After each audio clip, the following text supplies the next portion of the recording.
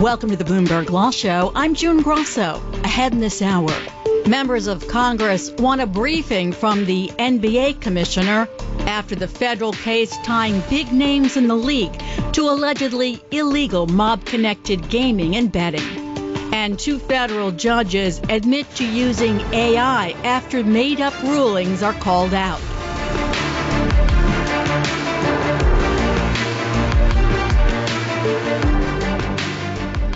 NBA Commissioner Adam Silver spoke out on Friday about the bombshell gambling scandal that's rocked the league. I was deeply disturbed.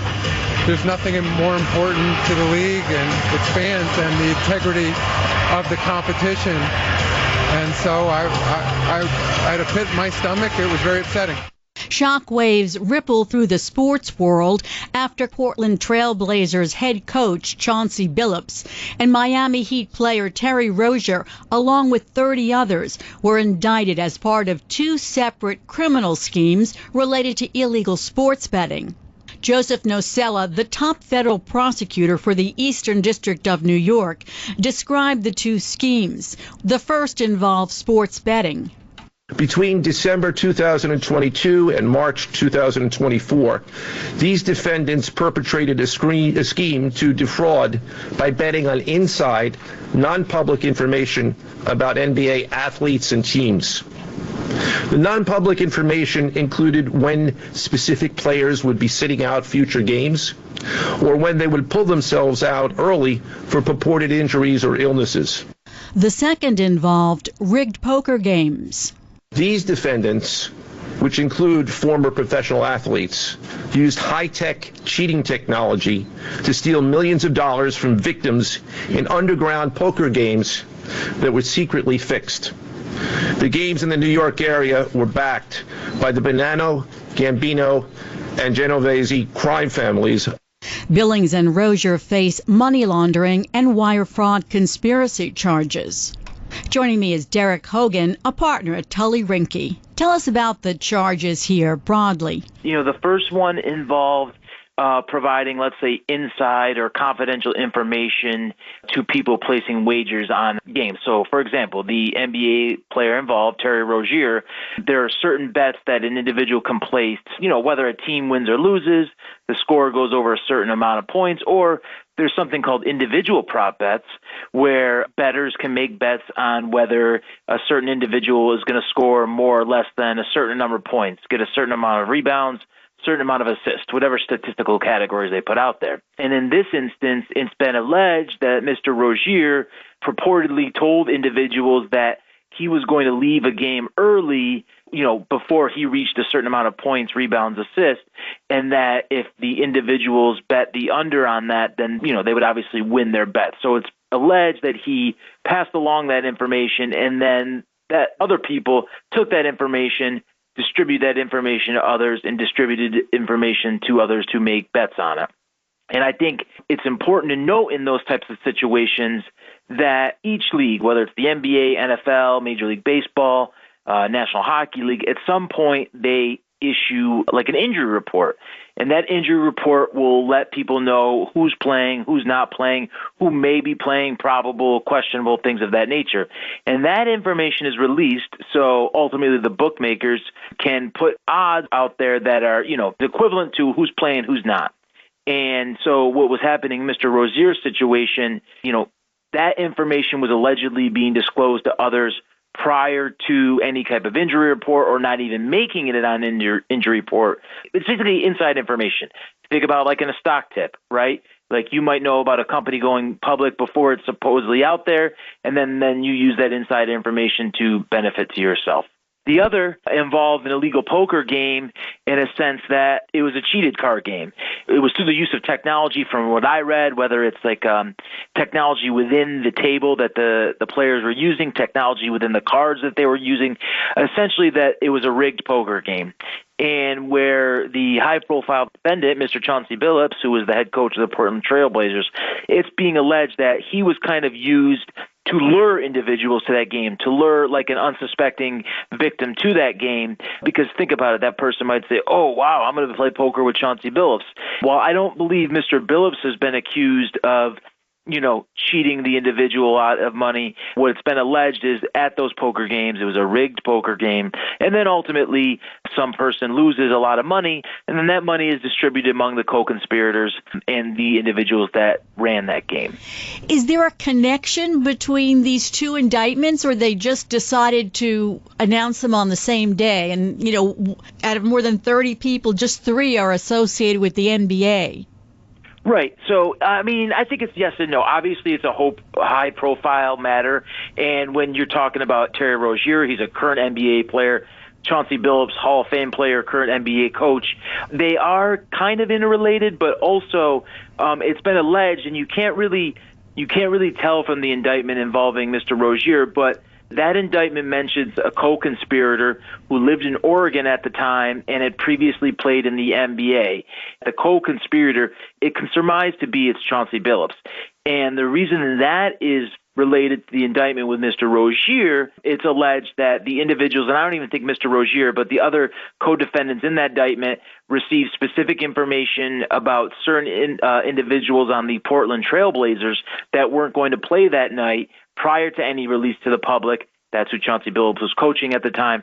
So while Mr. Billups has not been charged in connection with, call it the betting scandal, the NBA betting scandal, it is potentially he's listed as a co-conspirator. But to your question, no, I think these were more released on the same day due to the high-profile nature of the cases, but I don't really see a link between the two because one's about an illegal poker game, the other's about other individuals using inside information to make bets. In the inside information, how much money do they say was involved here? Well, I do know from the indictment that the individual that provided the information allegedly from Mr. Rozier. So Mr. Rozier allegedly provides this information to an individual. That individual gives it to other people who then use it to make bets.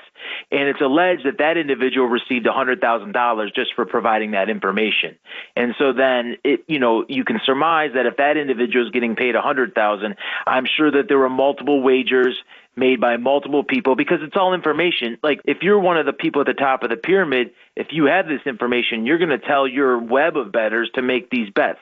So I would imagine that the money gained from that was in the hundreds of thousands if they're paying this one person allegedly $100,000 just for that info. But it seems like it's a drop in the bucket compared to the fact that sports betting accounts for about $84 billion a year. I certainly see the juxtaposition, and I don't necessarily agree with you. A lot of these leagues, NBA, NFL, they are now in partnership with these gambling companies. Before it was taboo to bet on sports, right? And all the leagues pressed against it. They didn't want anything to do with it. Now, people could bet illegally for, going back to however long. But once it became legalized in most of the 50 states. I know it's not legalized throughout the country, but in most of the states, it's now legalized. So these companies essentially got in bed with these gambling companies to form sponsorships, collaborations, whatnot. I agree with you that it might be a drop in the bucket, but if you think about it, it's about the integrity of the game, right? Like you can't have players taking themselves out voluntarily for the purpose of getting a bet. You can't have individuals, using inside information to divulge that prior to the betting public gets it, because it does call into the integrity of the game, and it does call into question the actual results of those games. So now tell me where it fits in that the league investigated Rozier in 2023, but cleared him when the physician showed he had a genuine foot inflammation. Does that fit into his defense anywhere?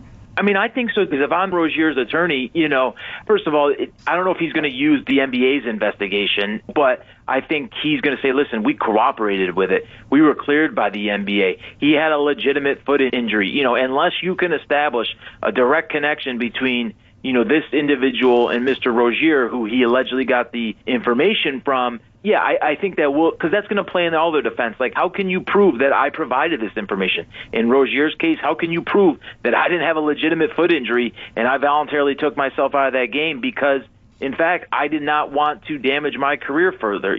These athletes, their bodies are their temple, right? They're their money makers.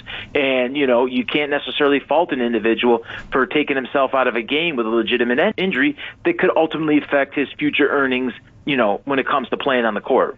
Jim Trusty, a lawyer for Rozier, said prosecutors had relied on spectacularly incredible sources rather than actual evidence of wrongdoing, and that a long time ago we reached out to these prosecutors to tell them we should have an open line of communications. They characterized Terry as a subject, not a target. Right. And so normally, as an attorney, you might get correspondence from the FBI or the federal government, in a sense that you're a target or subject of the investigation, or you're just kind of like an external person you're looking for information from. So it seems like for Mr. Rozier's attorney statement that, because I remember reading articles myself that, Rozier was being investigated by the NBA. They were upfront and they were forthcoming. And it's my guess is he's probably a little upset that he said to the FBI, hey, listen, we're here. If anything comes up, I represent Mr. Rozier. Please come to me before you do anything. And then next thing you know, he's getting a call that his client has to do a perp walk. I think Rozier was at a hotel the morning he got arrested. So I think that's where the lawyer's ire comes from, because I've done this myself, where you reach out to law enforcement, you tell them, hey, you are represented by counsel, or this individual is represented by counsel, and if something comes up, let me know. I'll bring them in. We don't got to do this song and dance. We'll make it a lot easier. I think that's where his ire is coming from. When you're told that your client's a subject, not a target, I mean, does that often turn into a target, not a subject? I guess it all depends on ultimately what information they're gaining from him. If he's a subject, I'm guessing that the lawyer said, hey, let's sit down, let's talk. Here's what the investigation with the NBA did, so on and so forth. And, if something comes up, let us know. So I would think in that time, because the federal government, the FBI, they're powerful. It's a powerful agency, right? And, they're probably not going to come after you unless they think they have something. But I would think if my client's just a subject, he's not necessarily a target, I'm not necessarily overly concerned about him getting arrested, specifically once I've already notified the FBI that, hey, call me, let me know if something's going to come up, because that, we'll take care of it from there. Coming up next, the poker games that allegedly involved the mafia. You're listening to Bloomberg. Wednesday, the Fed decides. Two-sided risks mean that there is no risk-free path. Will limited economic data due to the government shutdown affect their decision? The market is moving on the idea of more cuts. Full coverage on a special edition of Bloomberg Surveillance. The spread of the dots is incredibly wide. The Fed rate decision and Powell press conference. Global Wall Street wants to know, now what? Wednesday, starting at 1:30. Listen at your number one source for news on the FM dial in Boston. Bloomberg 92.9. Let's go! You're still glowing, flirting, grooving. You still got it. But your immune system weakens as you age, making it harder to fight flu, pneumococcal pneumonia, RSV, and COVID-19. Vaccines are a key part of any health routine and help strengthen your immune response. Ask your doctor or pharmacist which vaccines you need. Schedule in minutes at vaxassist.com. Sponsored by Pfizer. Every time I turn around, my friends at Pure Talk give me one more reason to feel good about switching. This month, for instance, they're supporting Canines for Warriors, a terrific organization that trains rescue dogs and then pairs them up with combat veterans struggling with PTSD. The result? They're saving lives on both ends of the leash. This is why I switched to Pure Talk. I like being in business with an American wireless company who shares my values. Yeah, I appreciate unlimited talk, text, and plenty of 5G data for just $25 a month, and I bet you will too. But I think you'll really appreciate doing business with a company who gives back to the men and women who volunteered to defend our country. Just dial pound 250, say micro. With Pure Talk's U.S. customer service team, you can switch in as little as 10 minutes. Again, dial pound 250, say micro, to switch to an American wireless company who actually stands for something. Pure Talk. Now, your 3-day weather forecast on Bloomberg 92.9. Skies become clear to partly cloudy tonight, low in the middle to upper 30s, a little cooler in the suburbs. Partly sunny Tuesday, breezy, high in the lower to middle 50s. Plenty of clouds, maybe a shower Tuesday night, breezy, low in the lower 40s, 30s in the suburbs. Mostly cloudy, breezy, a few more showers possible on Wednesday, high only in the lower to middle 50s. I'm Scott Kaplan with your 3-day forecast on Bloomberg 92.9. Bloomberg Radio, on demand and in your podcast feed. On the latest edition of the Bloomberg Intelligence Podcast, a conversation with Bloomberg News trade czar Brendan Murray on a possible truce between the U.S. and China. It looks like we're heading away from a heated, full-on trade war with high tariffs and export controls that both countries are putting on each other to something that's more kind of backing away from all this escalation that they've talked about in the past week or two to something that just sort of simmers along over the medium term. So however long that could be, 3-6 months, we don't know, but President Trump sounds pretty positive that the outline of a deal that his advisors have gotten so far on this trip through Asia is something that he could go along with, and if President Xi can too, then we'll have some sort of extended truce, something that pushes any sort of escalation out for another year or so, presumably past next year's midterm election, perhaps. So I guess the one of the most important things from the U.S. perspective is access to rare earths. How do we think that's going to play out? So this has been a sticking point in each of the past 5 rounds that Treasury Secretary Bessent has negotiated. The U.S. wants these magnets, in particular, to keep flowing out of China to auto companies and defense contractors and the companies that need this. The U.S. thought they had a deal, but then China a couple weeks ago ratcheted that up and said, no, we're actually going to put even tighter controls on rare earths. And the U.S. obviously said, no, that's not something that'll disrupt the global economy. Hear the full conversation on the latest edition of the Bloomberg Intelligence Podcast. Subscribe on Apple, Spotify, and anywhere else you get your podcasts. Plus, listen anytime on the Bloomberg Business app and Bloomberg.com.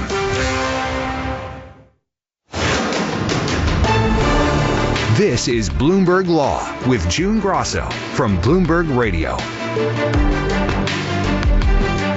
Members of Congress have written to NBA Commissioner Adam Silver asking for a briefing of the gambling scandal that's engulfed the NBA by October 31st. This after Portland Trail Blazers head coach Chauncey Billups and Miami Heat player Terry Rozier, along with 30 others, were indicted as part of 2 separate criminal schemes related to illegal sports betting. I've been talking to Derrick Hogan, a partner at Tully Rinckey. The poker games, I take it that there are illegal poker games happening across the country all the time. What made these so worthy of an FBI investigation and indictments? So you're right. There's illegal poker games going around, even if you're playing for, minimal money, technically, right? That's an illegal poker game. But I think this drew the FBI's eye for a couple of reasons. There's allegations of the mafia being involved in it, right? And what they were doing is allegedly is, okay, you get this one individual that might lose hundreds of thousands of dollars at the poker table, and now they're using that money. The people involved are allegedly, distributing it amongst themselves. They're laundering that money. Further, it's my understanding that when the individual didn't pay up, then there was, threats of force, maybe even actual physical force used. So that's why I think the FBI is getting involved in this. Like you said, you're run-of-the-mill poker game, but when you have an NBA star, you have, hundreds of thousands, maybe if not millions of dollars at stake, and then you have alleged mob ties, and then also allegations of people using force to collect on those debts. That's where they come into play. Can you tell how strong the cases are against the defendants from the indictments? I mean, you can't necessarily tell from the indictments because the indictments are just going to list out some basic facts as they see them, and then the counts they're charged with. I mean, yes, if everything was all true that they say, then that's a pretty tough case. However, it's not like discovery has been provided to the public. It's not like certain information has been provided to the public. So ultimately, you can't say whether or not there is a strong or is not a strong case.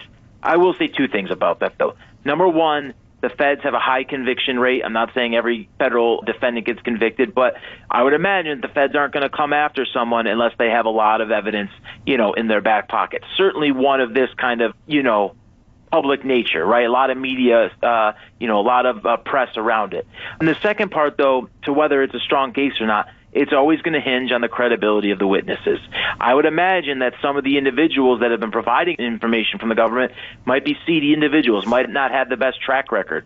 So if I'm a defense attorney, I'm going to go full bore attacking that witness's credibility, say, how can we believe person A when they've done this, that, and the third throughout the course of their life?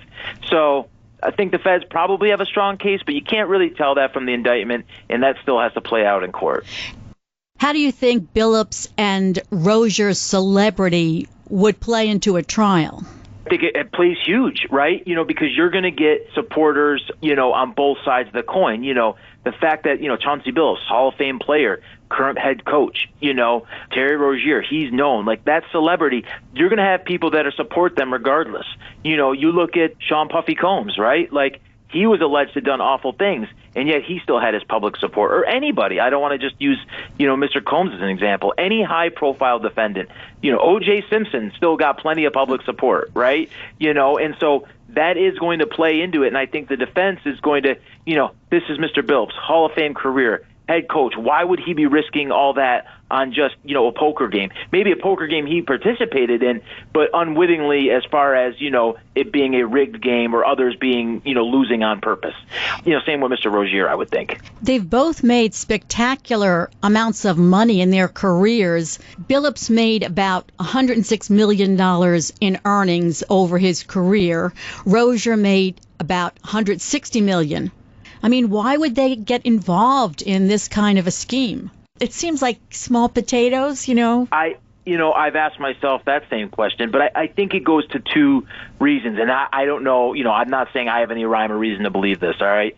But one, a lot of the times, at least in Mr. Rozier's case, it is alleged that he provided this information to an individual he grew up with, that he had known since childhood, right? And I think that goes to sometimes these individuals, no matter how much money, power, and respect that they have, sometimes there's individuals that you grew up with that you can't, I'm not saying you should cut them out of their circle, but if they're there for nefarious purposes, sometimes you can get entangled in that, right? And I'm not saying that's the case with Mr. Rozier. It could be one of his best buddies that's a great person. You just never know. But I think that's one. You get entangled with these individuals that are up to no good. The other part is, and I can't say, people might have an addiction, right? And this gambling addiction could get out of hand, regardless of how much money they make. And I'm not saying that's the case because I don't think it's alleged that Rozier even, shared in any of these profits. It's just that he provided this information. So I think it could be a gambling addiction, or it could just be, individuals, whether they grew up with them or not, or just individuals that aren't looking out for their best interest. That's ultimately how you could lose that much more. You could risk so much when you make multi-millions of dollars, but the FBI said, this is not over. We're still investigating. Does it look like this is an instance where other NBA players could be implicated? I don't know if it would be anytime soon. I feel like if they, because this is talking about games from 2023, I think. Here we are in 2025. We're almost going into 26. So for what they have now, I feel like if they had more, they would come out with it. That being said, you're going to start getting, now that all these people are arrested, people are going to flip. People are going to start talking. And then when that happens, that may lead to other information coming out. Not saying it will, but I think it's more likely than not that if there is another quote-unquote scandal, this is just the beginning of it, right? And this is just going to start to come out. And you might see it come out in other leagues, NFL, NHL, Major League Baseball, things of that nature. I'm wondering about the timing of this announcement by the FBI and federal prosecutors at the beginning of the NBA season, when the sports betting scheme allegedly occurred between December of 2022 and March of 2024. And the rigged poker game that Billups is accused of participating in took place in April of 2019. So why announce this on the eve of the NBA season? It might just be a great coincidence, or you might be right in that, here's the start of the season, here we are, the Federal Bureau of Investigation, your big season's about to start, we're about to drop this hammer, to make sure that all eyes are in connection with this. It could be a coincidence, doesn't seem like it was, though. Especially with the fanfare with which the indictments were announced. Thanks for joining me, Derrick. That's Derrick Hogan of Tully Rinckey.